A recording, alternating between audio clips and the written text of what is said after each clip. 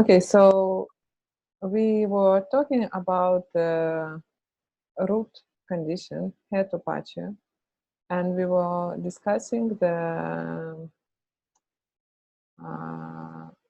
wholesome roots and what can we gain or what can we avoid by developing wholesome roots. And as far as I remember, we stopped somewhere here, and we were talking that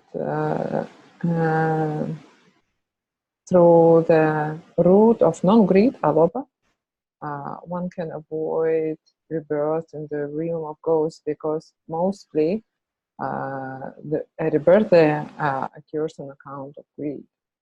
So through developing non-greed, we can avoid that. And through developing adosa, non-hatred, we can avoid rebirth in hells. Because it is through dosa, through hatred, through hot, angry temperament, one can be reborn in hell. And through development of amoha, of wisdom, non-delusion, one can avoid a rebirth in realm of animals, because in general they say that one is reborn as an animal on account of moha, on account of delusion. And again, lobha prevents an approach in lust. That means that when we are approaching an object, if we have lobha, most likely we will approach it because we want something from the object. We want the object, so we approach it in lust. And through adosa, adosa prevents alienation. Through, if we have dosa, we tend to remove ourselves. So we can, like, in this way, one becomes basically alone, no friends. Yeah. So if one has adosa, if one has metta, so that promotes friendship, that promotes him being at comfort, at ease with others. And so having this metta, having adosa, one prevents alienation, prevents this loneliness. And amoha prevents lose of equipoise, because if you have amoha, if you have the wisdom, if you understand anicca dukkha anatta, if you understand how the things really are, then it's difficult to lose equanimity in various situations. Whereas if we are deluded, if we think things are permanent and there is I, and it's also pleasure, and so it's very easy to either get annoyed or get carried away in lust. And again, if we look at the path, then through developing of alobha, we avoid the extreme of indulgence in sense desires. So that's one of the extremes that Buddha told us to avoid. There's the indulgence in sensual pleasures, and another one is self-mortification. So through these two routes, through alobha, non-greed, and through adosa, non-hatred, they can be avoided. So we have to develop them so that we can keep at the middle path. And keeping on the middle path is promoted by development of non-delusion, of wisdom. So it's a wise thing to do, to keep on the middle path. And again, like the commentary where all this information comes from gives this correlation of satipatthanas with these roots. And it says that through alobha and adosa, or with alobha and adosa, one develops kaya and vedana nupassana, the contemplation of body and feelings.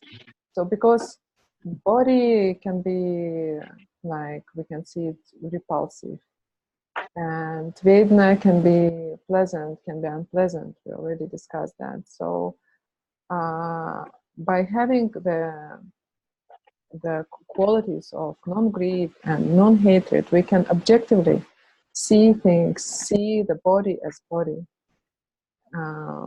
not as something to be attached to, not as something to be discussed with, but as it is. And the same with the feelings which we experience through having non-greed and through having non-hatred. We can see these feelings as they are, without trying to push them away, without beautifying them, without clinging to them. And through amoha, the other two anupasanas, the other two, that is the knowing of the mind and the object of the mind, is made possible. Because really we need wisdom, we need knowledge to be able to understand what is happening in the mind. What kind of mind is arising? What kind of object came in our field, and how to deal with them? So these three roots are necessary for us to develop the satipatthanas. And even though you will probably know from Goenka's discourses that he says, oh, Vedanapassana, if you develop Vedanapassana, it's enough, you develop all, but actually, I don't know, as far as I understand, we really need to develop all, because when we look at the Eightfold Noble Path, description of the Eightfold Noble Path, and we look at the definition of sati. So sati is defined by these four satipatthanas. So these four satipatthanas are sati in the description of the Eightfold Noble Path. All right. And if we look at the other factors, for example, what is samavacana? Okay, what is the right speech? So we know that like lying is wrong speech, that slandering is wrong speech, the harsh speech is divisive speech, or harsh speech, that all this is wrong speech.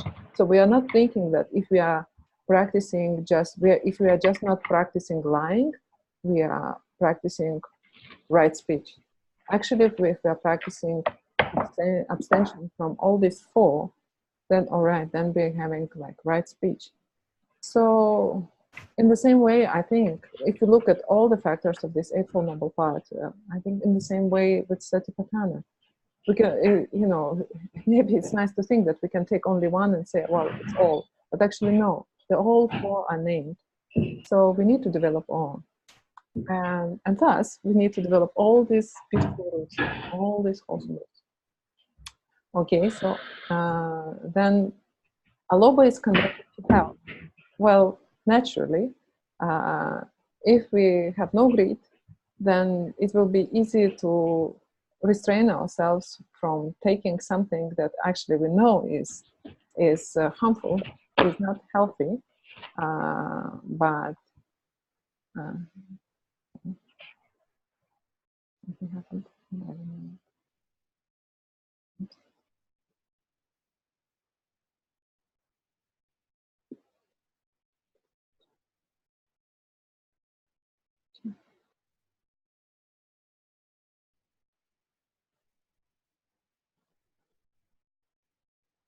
Sarita, can you mute your microphone, please? Gracias. Fine.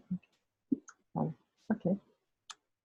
So, so conductive to health means that we will not, for example, smoke, because when smoking is maybe it's pleasant when you're a smoker. Maybe it's pleasant. Maybe you know it's not good for health, but you still do it because you have craving for it. So if you don't have this craving, you can easily abstain. So you can be healthy by abstaining from those things that you know that are harmful for you. And adosa is conductive to usefulness, and I think last time we mentioned something similar.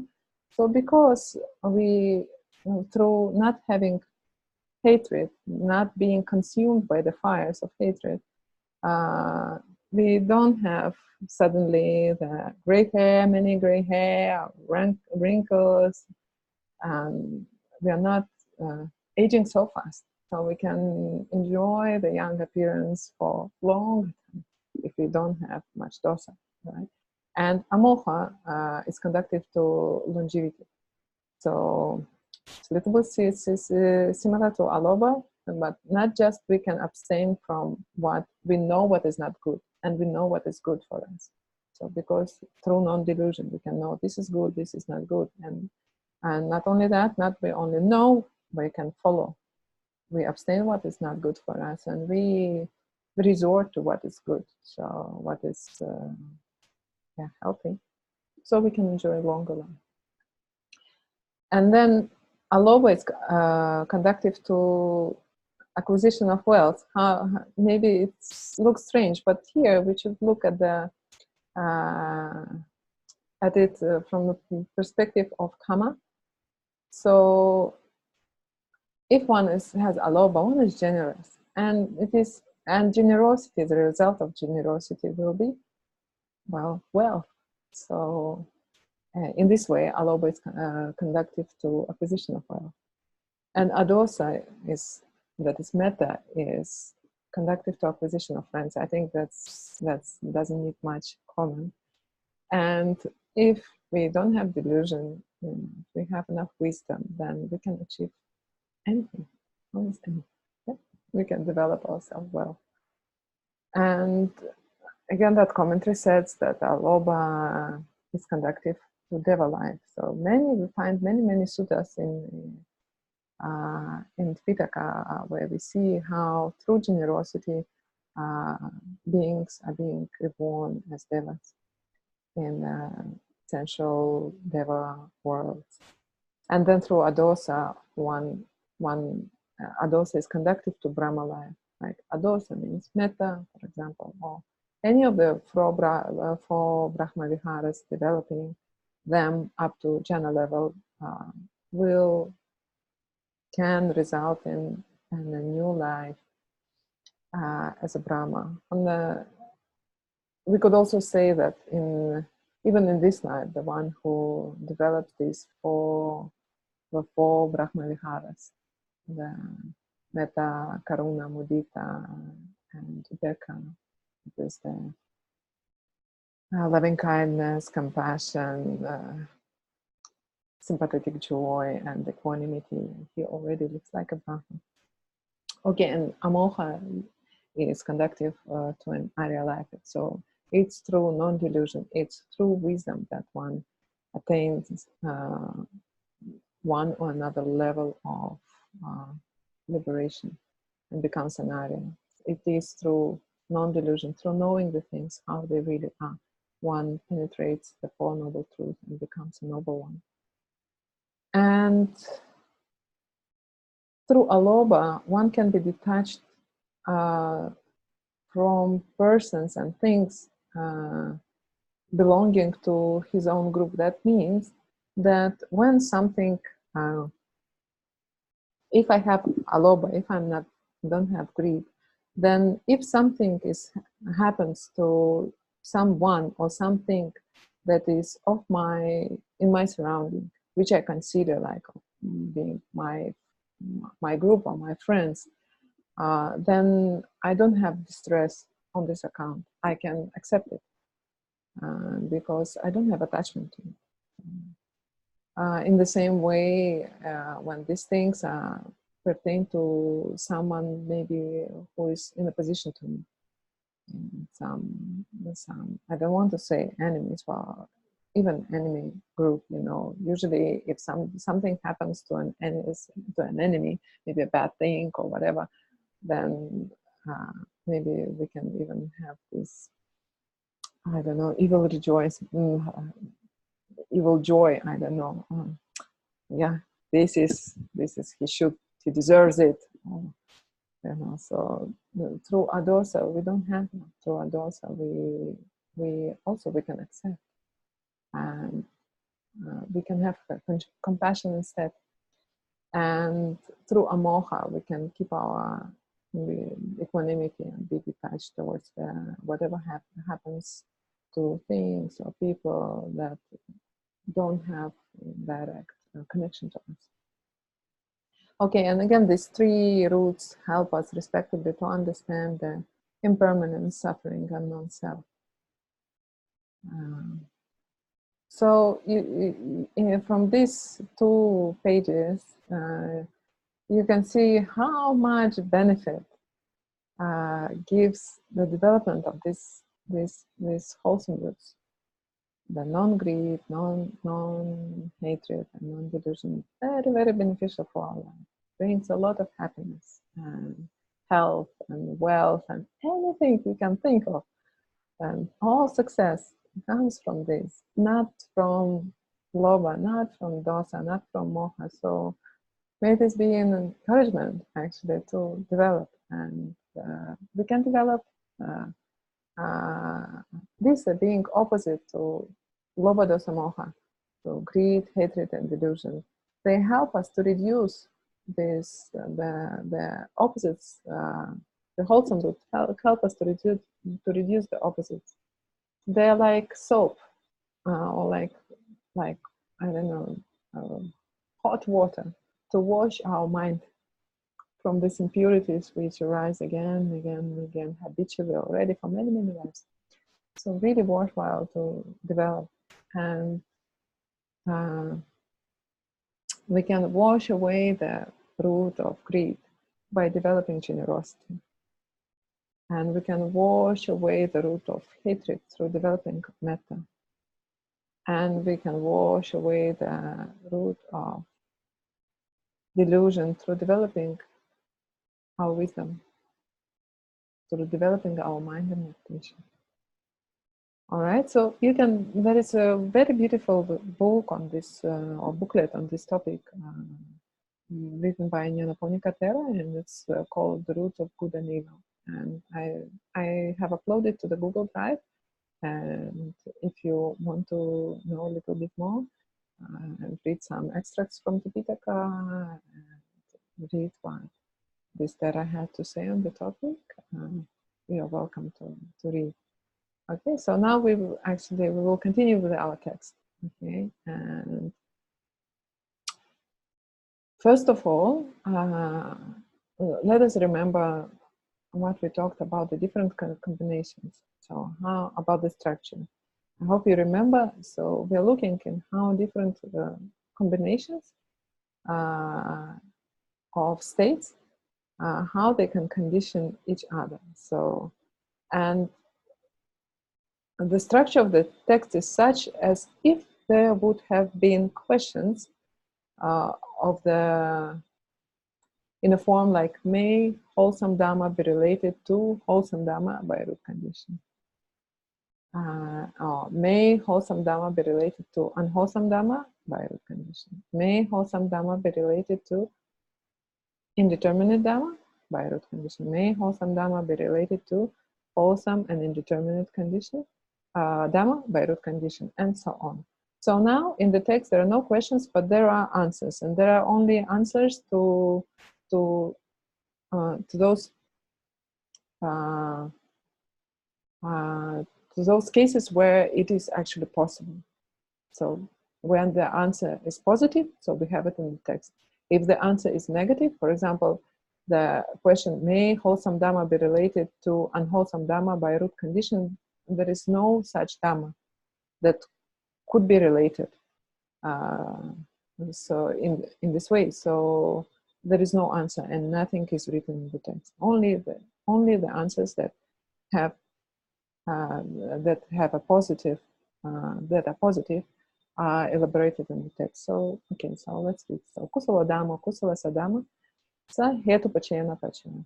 That means wholesome state is related to wholesome state by root condition. And here I tried to implement some color code. And here the red color means it's a conditioning state. And blue color means it's conditioned state. So here the statement is that wholesome state conditions another wholesome state by root condition. And here, so it's a general statement, and then we have a qualified, so-called qualified answer, so where the states actually are specified. So, and it says, Kusala hetu sampayutakanam kandanam hetupaccayo paccaya. Wholesome roots are related to associated aggregates by root condition. So here, on the conditioning side, so the cause, actually, wholesome roots.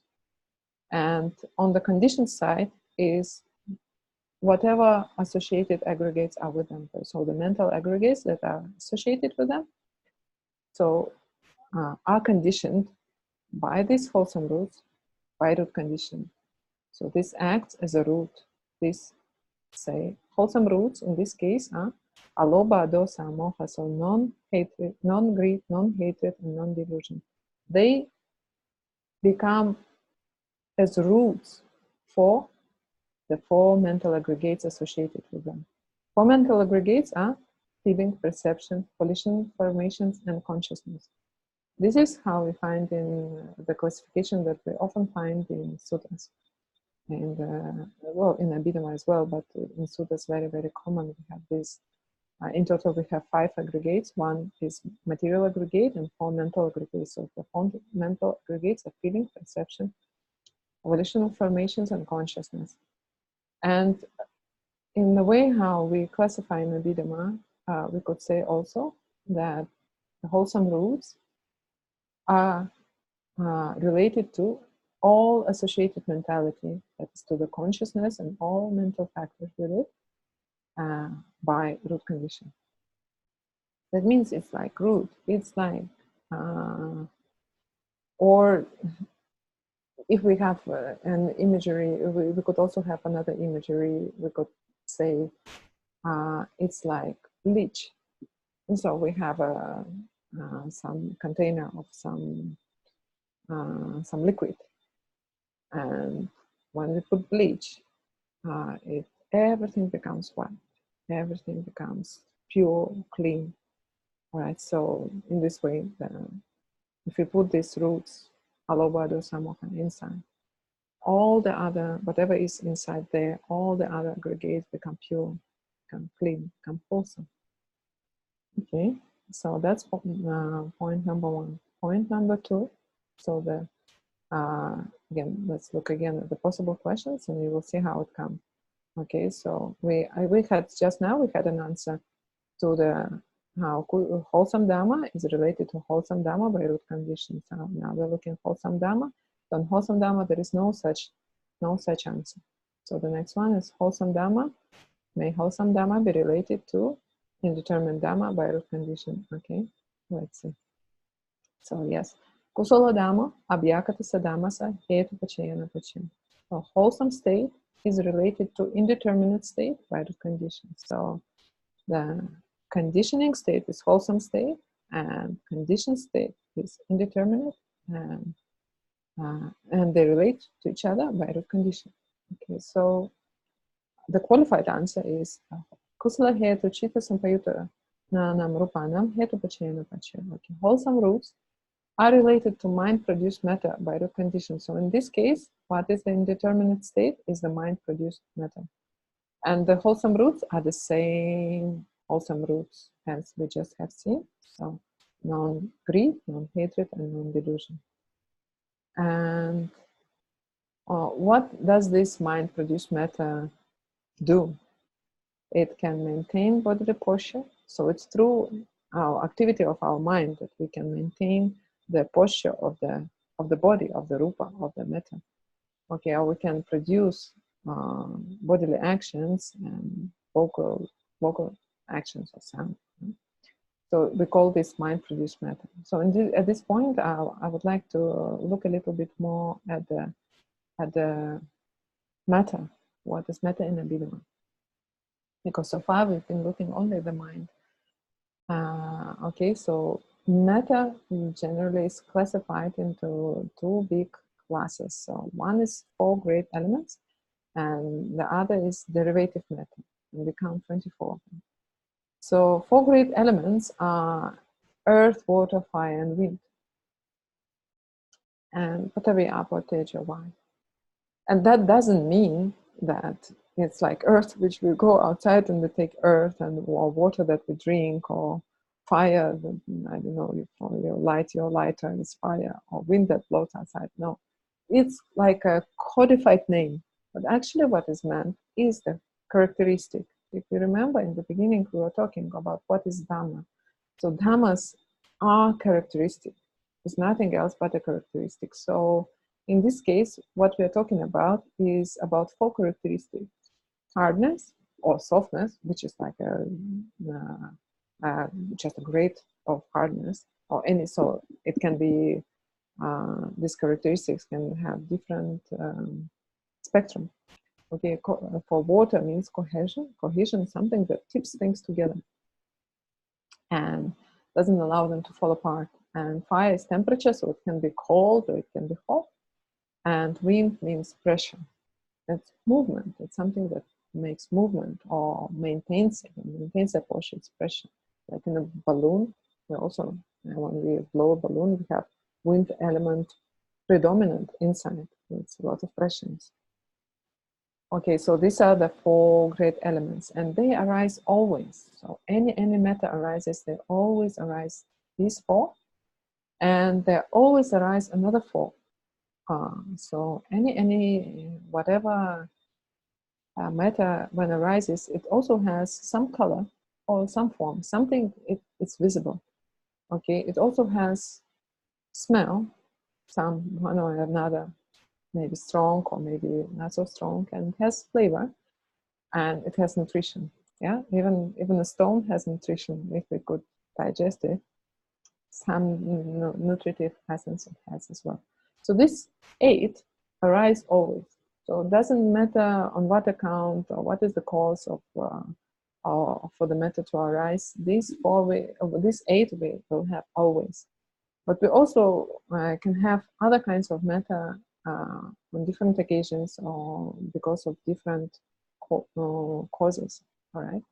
So just now we looked at the 4 great elements, and as I said, there are 24 derivative matters. We can look at them. Okay, and they are again classified into 2 classes: concretely produced and non-concrete matter. So what is most interesting for us actually is this first column, because this is something that really this is something that really exists. And these ones, these are more like characteristics. They arise only when these arise. If they don't arise, they cannot. Okay, so this is more like something that characterizes the matter. So okay, so just let's go quickly through the list. So 14 concretely produced means sensitivities. So the 5 sensitivities that we have: eye, ear, nose, tongue, body, and objective phenomena. That means the corresponding to this sensitivity. So we perceive, well, I wrote color, but it can be maybe form. So so we have everything will have, well, let's say color, sound, odor. Well, sound sometimes only arises, not necessarily. Okay, so odor, flavor, and for tangible phenomena, it's already included in this great elements. So according to Abhidhamma, the 3 out of 4 are tangible. So we can feel hardness, we can feel temperature, and we can feel pressure. According to Abhidhamma, cohesion is something that we perceive through our mind, but not through our body sensitivity. Okay, that's why here we don't have it listed separately. Okay, then we have 2 materialities of sex, that is masculinity or femininity. And so one being, normally one being has only one of them. So either one or another. Then heart base, so that is the matter on which our mind depends, and life faculty that maintains the continuity of the matter, and of the karma-born matter, let's say, to be more precise, nutrition, the nutritive essence. So this is concretely produced. And this then arise on account of the previous ones. So space element in here means that which allows our matter to be separate. So we can have, it works as delimiting. It delimits one form from another, one matter from another. So if there is no matter, there is no space. Okay, so space here doesn't mean the space. Well, even in cosmos, right, we have stars, so we can say the space is something that is between different stars. That's it.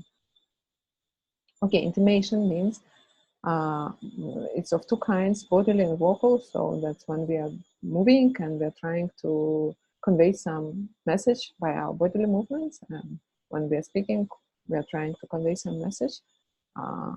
We call it vocal intonation, bodily and vocal intonation. Then there are three mutabilities: lightness, malleability, and wilderness. And this mostly we can feel, especially in meditation. But not only. For example, this arises mostly on account of our mind. So these are also mind-born matters.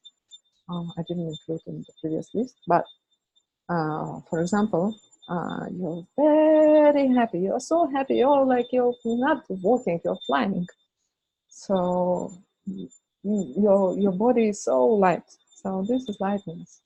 Malleability and wilderness also. It's very easy and fluid, but these characteristics become especially prominent in deeper meditation.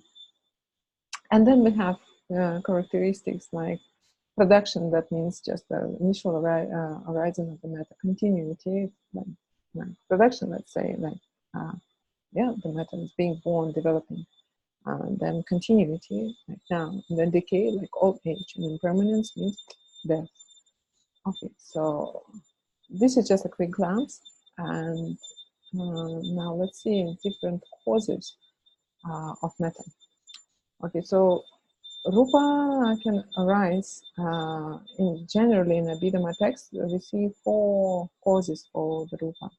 It's temperature, mind, karma, and nutriment. And here now in our text, we were talking about mind-born matter. Okay, but in Patana, there are 7 kinds. Patana speaks of 7 kinds, which are actually we can see them as being part of this form.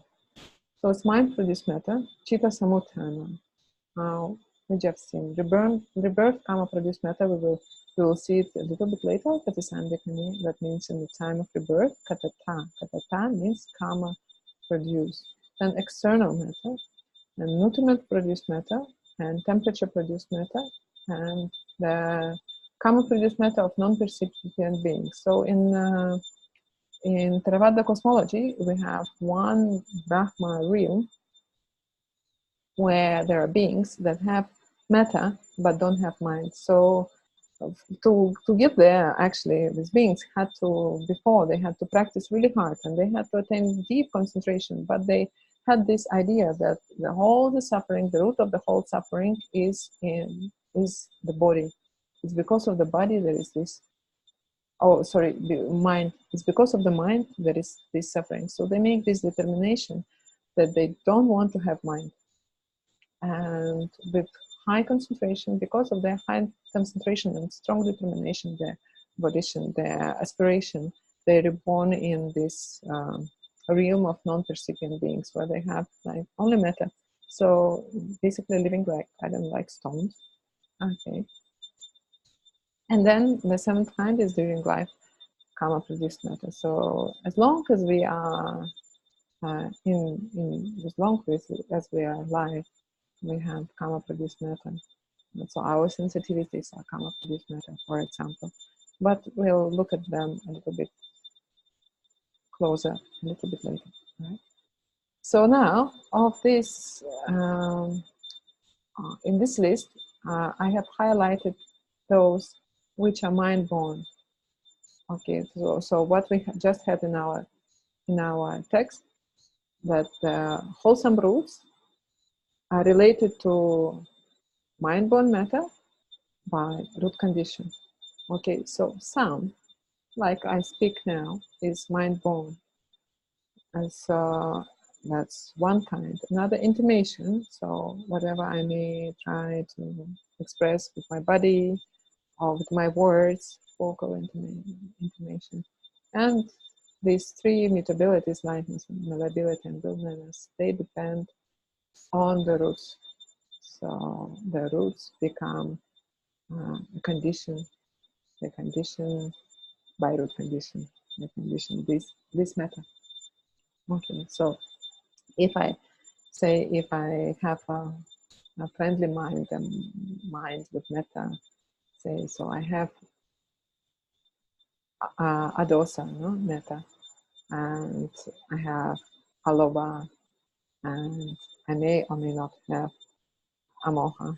All right. So when I express, so all my maybe my bodily actions are soft and friendly, with care. You can see, actually, we can see many times, we can perceive what kind of mind one carries, with whom we are communicating, by his bodily movement and by his words. Okay, so in this way, the roots are conditioned, like become like a root for this kind of rupa. So we have less than a minute, and I'm afraid that I thought we will finish today this root condition, but we have not. So okay, so we continue next time, and I just want to wish you a good Sunday. And any questions you can write on WhatsApp.